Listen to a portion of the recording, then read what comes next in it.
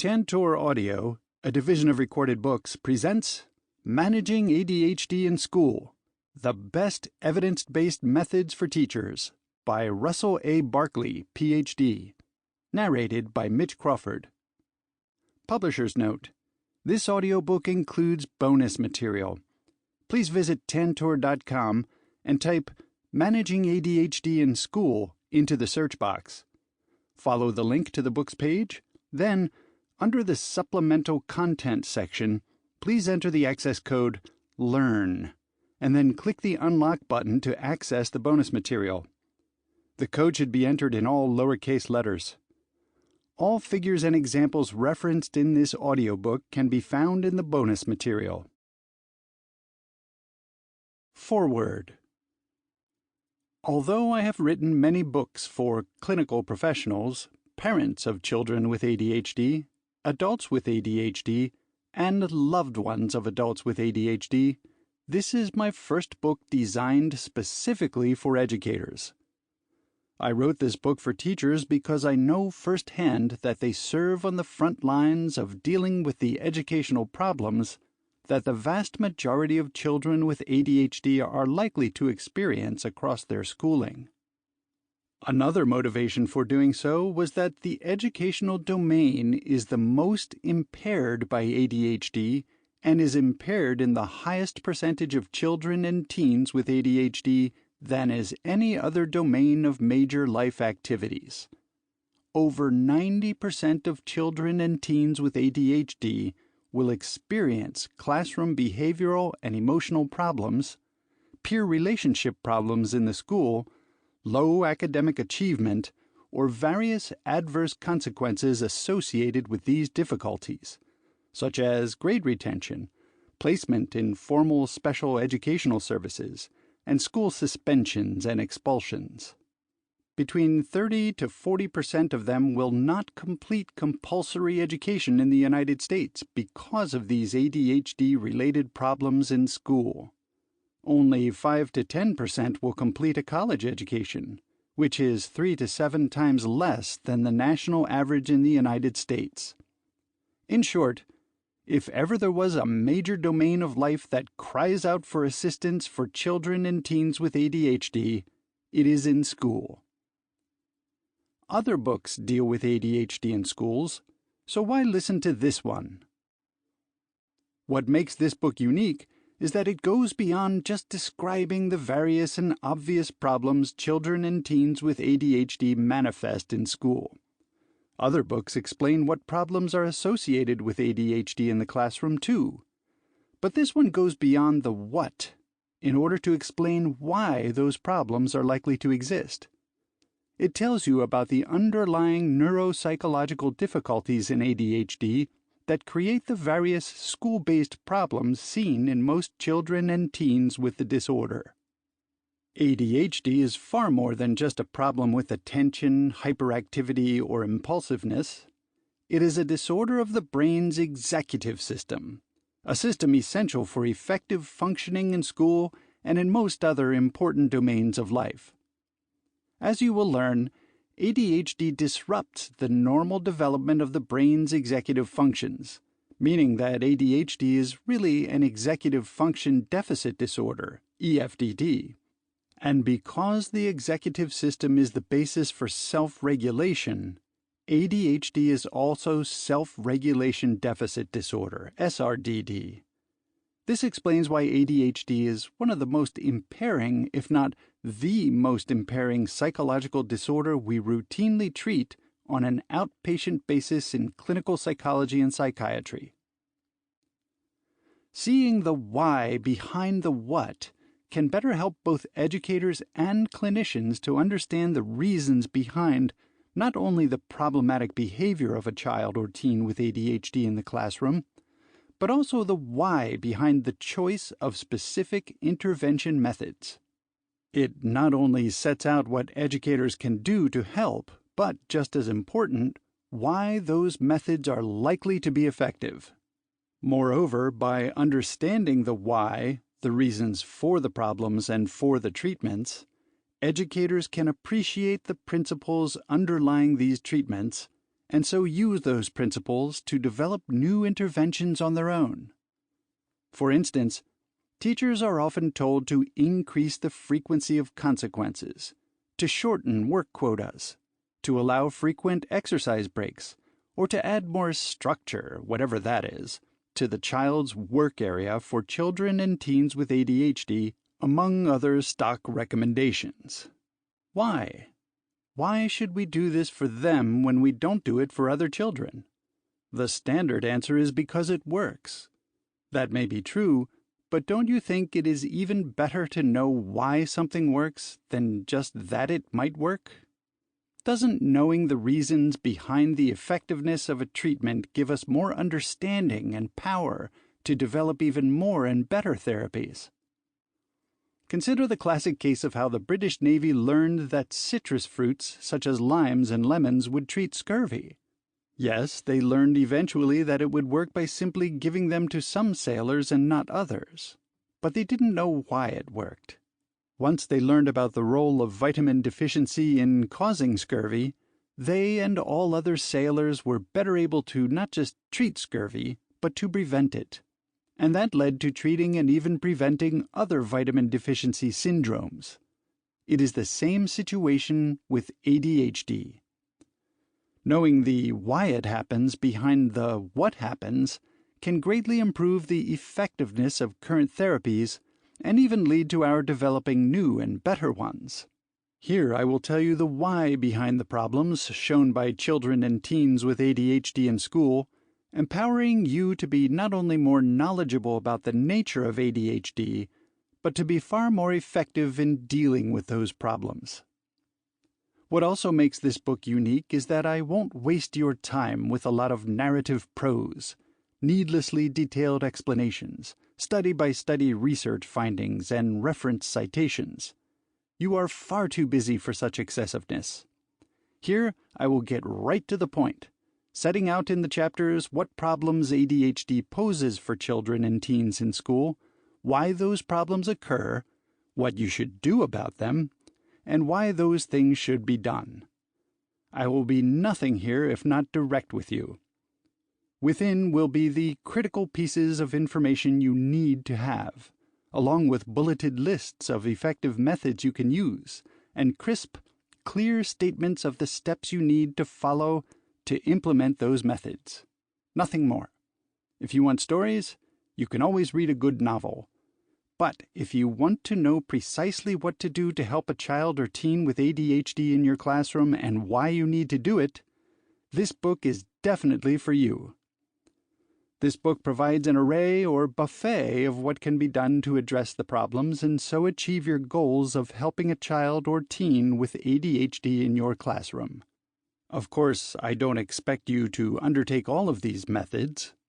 What steps to take depend, of course, on the child's specific school problem, his or her grade level and maturity, the time, opportunity, and resources you have to implement those steps, school policies, and, in some cases, the cooperation of parents to assist with any steps. As you know already, in designing a program to help any child, context is everything.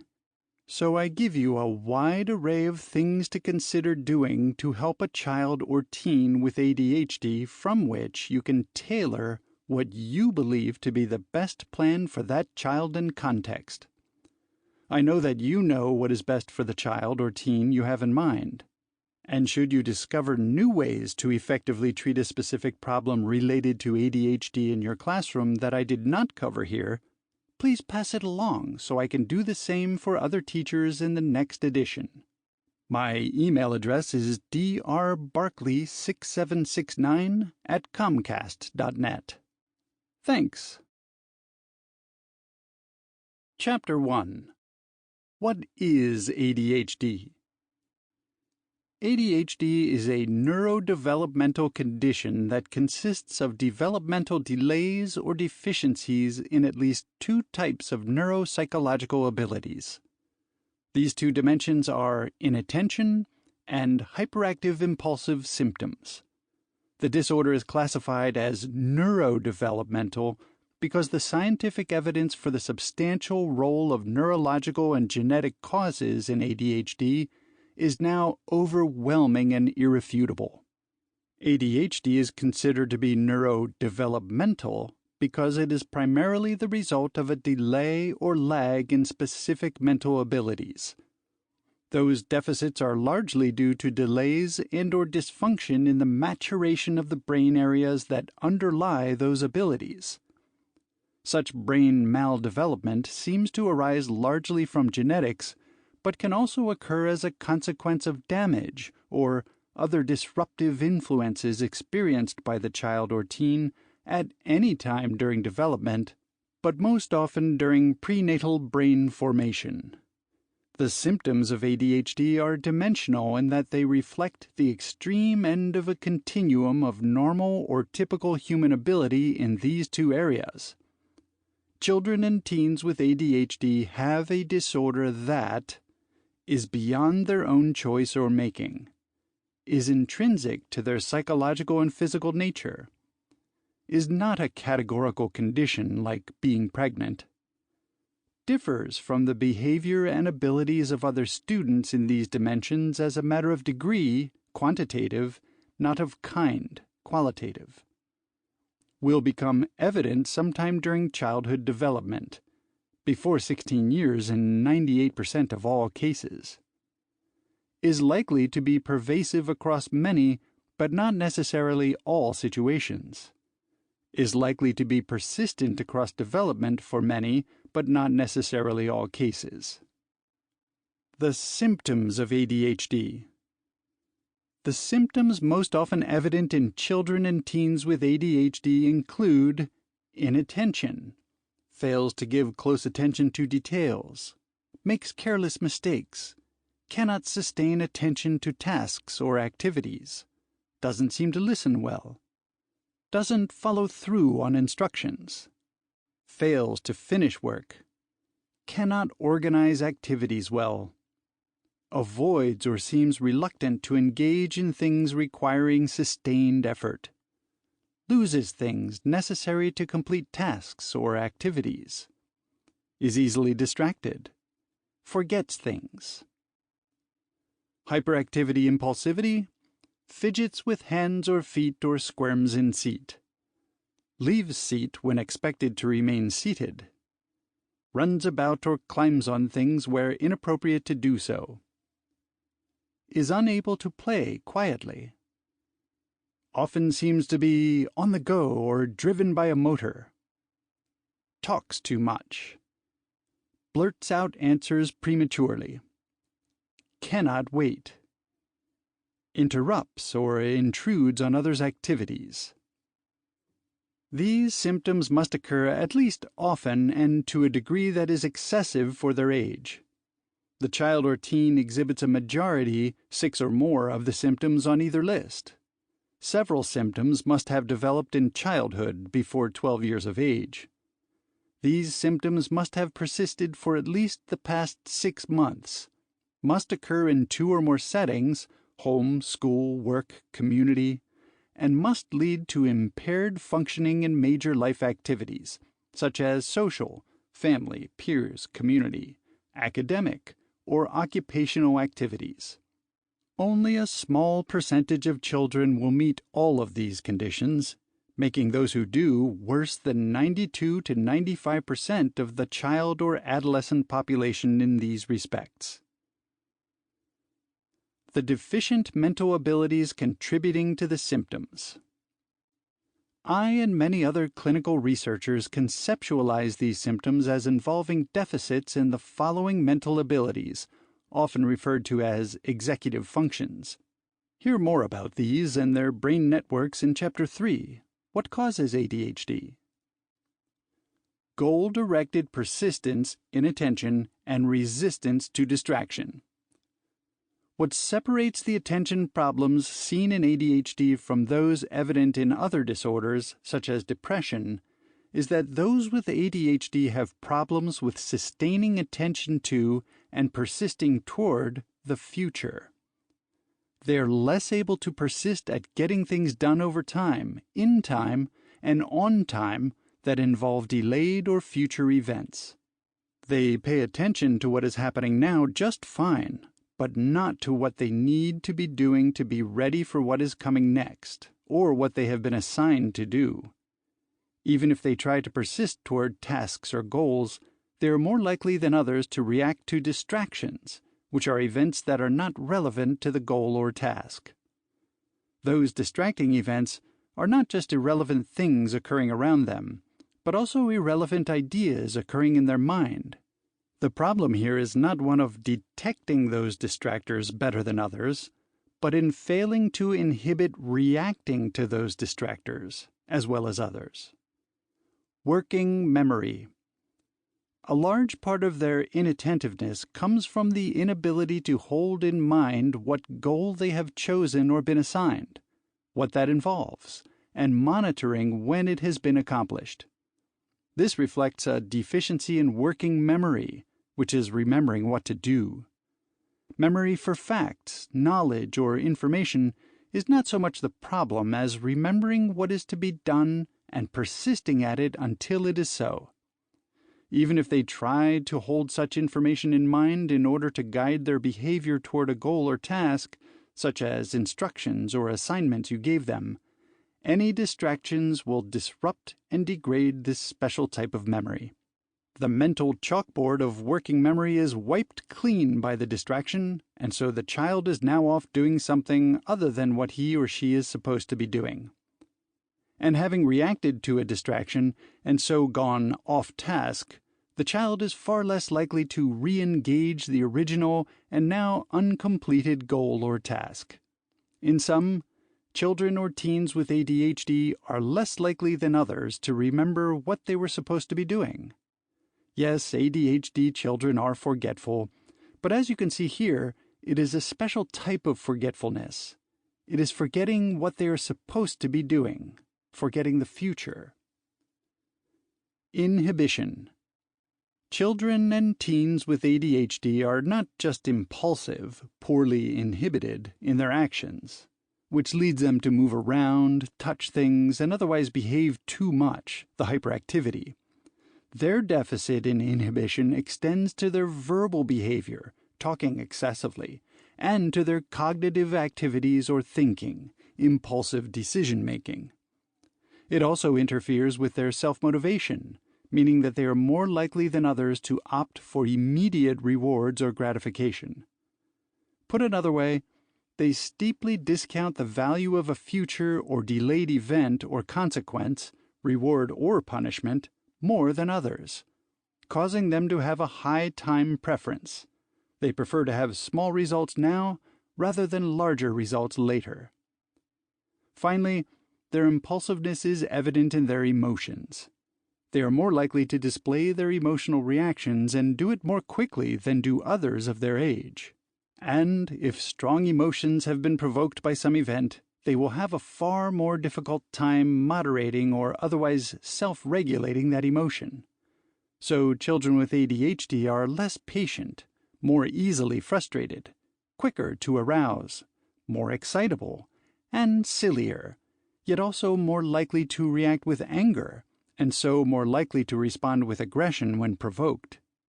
They show emotions that are less mature, appropriate, and consistent with or supportive of their future welfare than others. Planning and problem solving. ADHD is associated with difficulties in generating multiple possible options for overcoming obstacles encountered when pursuing goals or contemplating multiple solutions posed by problems.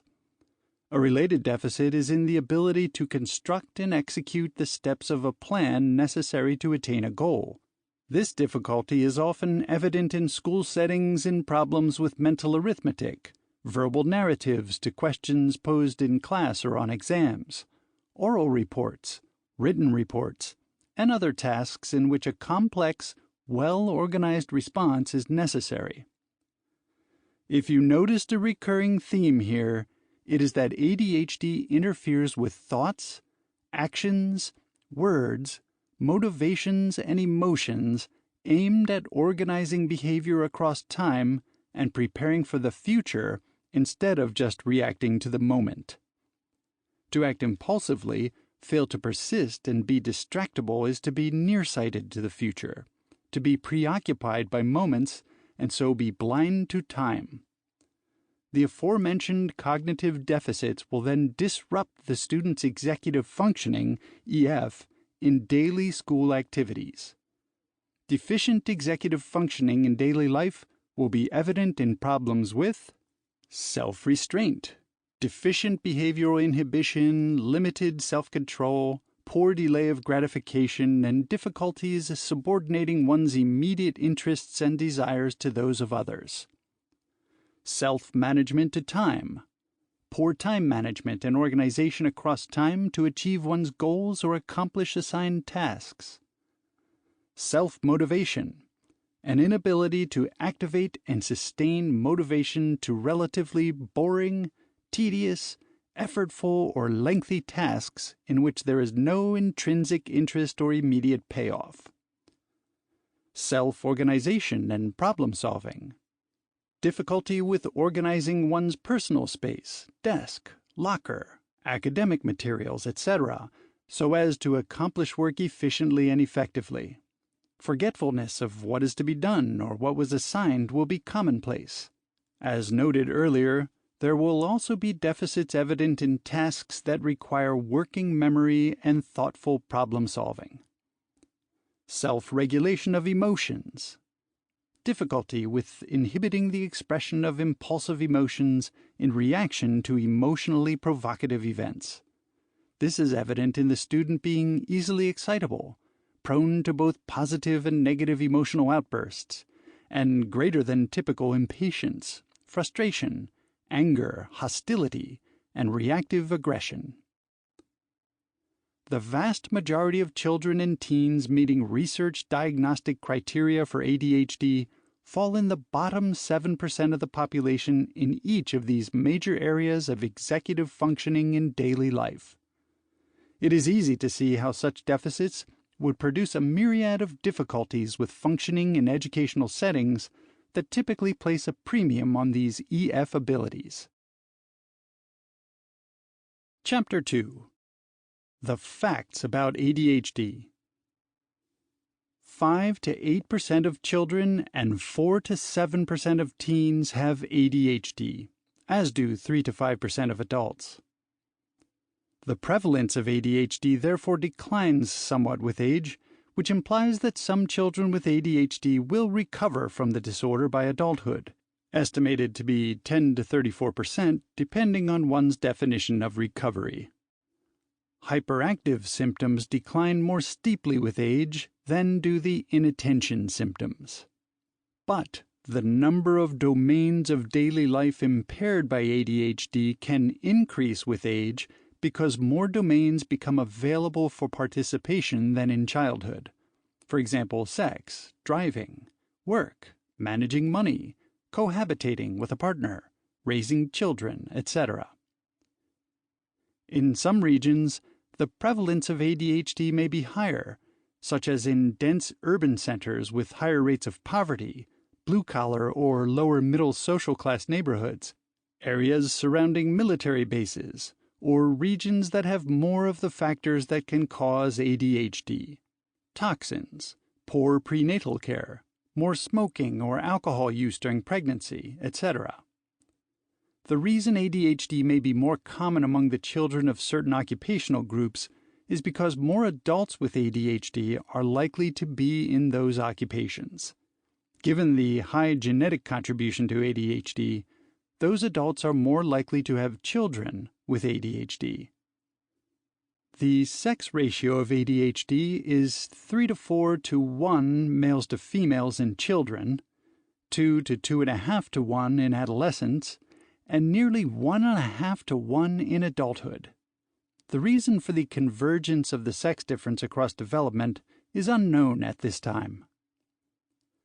The nature of the symptoms of ADHD itself is not different between boys and girls. However, the other disorders or impairments that can coexist with ADHD, such as aggression or depression, may be more or less common depending on the sex of the child. Boys with ADHD may be more likely to have aggressive or antisocial behavior, more likely to engage in risk-taking, and be more at risk for later driving problems, drug use, and addiction than are girls with ADHD. Girls with ADHD may be more likely to experience peer problems or rejection, depression, anxiety disorders, binge eating pathology or bulimia, and possibly academic failure, though this is arguable, than boys with the disorder. Both sexes having ADHD are more prone to all of these coexisting problems than are typical boys or girls. There is no evidence of significant or meaningful differences in prevalence or in the nature of the disorder across ethnic groups. In some places where an ethnic group may seem to have more ADHD than usual, it is typically because of the other factors already noted that may affect prevalence in a region.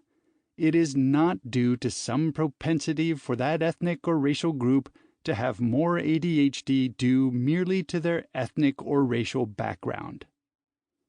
In any given region, the number of children who are actually clinically referred and diagnosed with the disorder may be more or less than the prevalence within those regions.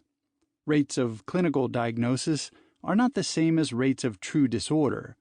Some regions have few medical or psychological professionals, have professionals that are less trained in ADHD, have parents and schools that are less knowledgeable or aware of ADHD, or may have fewer resources for clinical evaluations and treatment of it. Their rates of diagnosis of ADHD may be well below the actual prevalence level for the disorder in that region. In regions with greater economic wealth, the opposite patterns to those from before may occur. That is, rates of diagnosis may match or even exceed the rates of prevalence. In upper-income neighborhoods where a premium is placed on academic excellence or acceleration, rates of diagnosis may even be higher than the rates of prevalence because parents and schools can pressure doctors to diagnose marginal or even fictitious cases of the disorder that don't meet all the criteria for having ADHD. This can happen when parents want performance-enhancing medications and/or educational accommodations for their child so she or he can outperform other children. Setting factors that influence ADHD severity. Children and teens with ADHD may show significant fluctuations in the severity of their symptoms across diverse situations or settings. In general, symptoms of ADHD may often be worse in settings or tasks that are boring or uninteresting, involve significantly delayed consequences or infrequent feedback, require working independently of others, lack supervision, involve groups of children, are highly familiar and thus usually less interesting, involve parents rather than strangers or less familiar adults, include parents or supervisors who talk and reason too much but rarely act to control misbehavior, require waiting, occur late in the afternoon or evening due to fatigue and self-control, place substantial restrictions on movement, like classroom desk work. All of these settings demand executive functioning and self-regulation. The symptoms of ADHD can be less debilitating in the settings that involve factors that are the opposite of those in the preceding list. Specifically, these best-case situations may involve fun activities, highly stimulating or interesting tasks, for example, video games, lots of movement, for example, gym, recess, sports, frequent rewards or feedback, highly supervised settings, working in small teams with peers rather than independently, working one-on-one with an adult, highly novel settings where supervisors speak briefly but back up their rules with consequences, and where there is little or no pressure to wait for things. Chapter 3. What causes ADHD? ADHD is known as a neurodevelopmental disorder. Its chief causes exist in the broad realm. Sample complete. Ready to continue?